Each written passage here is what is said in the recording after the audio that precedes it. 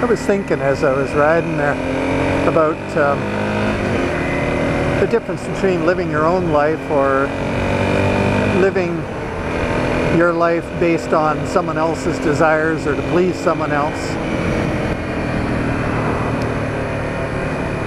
You know, do you live your life on your terms, or is it on someone else's terms?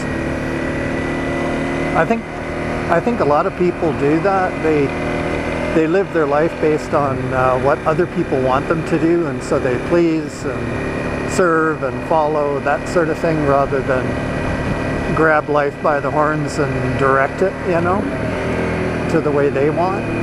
I mean, I don't know, is that selfish? I don't think it's selfish, because I don't think you have much to offer anyone if you don't live your life the way you want, because then you're not really your own person, are you?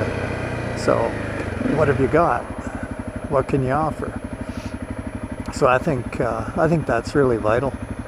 And as I look around at, you know, sometimes some people I know or people I meet, and it's kind of clear to me that a lot of people do that. They don't really live their own lives. You know, you talk to people and they say, oh, well, I wish I could do this, or, you know, well, what's stopping you, you know? I mean, you don't have to give up all your desires just because you think it doesn't fit in with someone else's way of living. You know, maybe it's your husband or your wife, your life partner, that sort of thing, or your children, and you think, well, they wouldn't approve of that, or they don't know that side of me, you know, that's something I keep to myself. Well, maybe it's time that you did these things, and maybe it's time you didn't just, you know, keep to yourself these desires and ways of being, thoughts, philosophies, life view, you know, that sort of thing. Maybe it's time to put them into action in your life. Let people know who you are at the core. Let them know all you can be, rather than just the part that you think fits in with their acceptance of you, you know, that type of thing.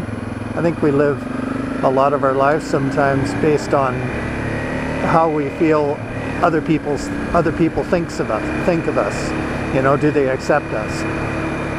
Well, in the end, what does it matter? Like, who cares? I guess that's the problem. You know, sometimes we care a little too much what other people think. So, I don't know. I think the whole thing comes down to what's real and what isn't. You know, if you aren't living what's real for you, then your life isn't that real. You know, it doesn't have a lot of substance. It may fit in with other people, but it doesn't have a lot of substance. So you can't judge your life based on a scale of 1 to 10 how it fits in with other people, and if it really fits in. If you score an 8, you're doing okay. No, that's not true. You can't judge your life by that kind of a scale. You have to judge by what you know to be true about yourself, and how much of that are you sharing with people, communicating with them, putting into action in your life. You know, are you acting on that, building relationships on that, or are you keeping that to yourself as some sort of a private secret garden that you go to help you cope with all the rest of it?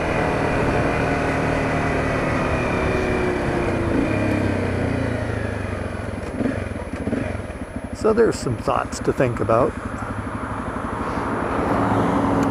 What do you think? Do you see a lot of that out there?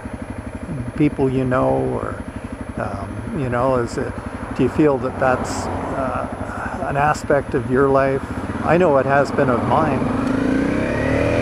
I've certainly done a lot of that. It's one of the reasons I think it's so important to snap out of it, is because I've done a lot of that.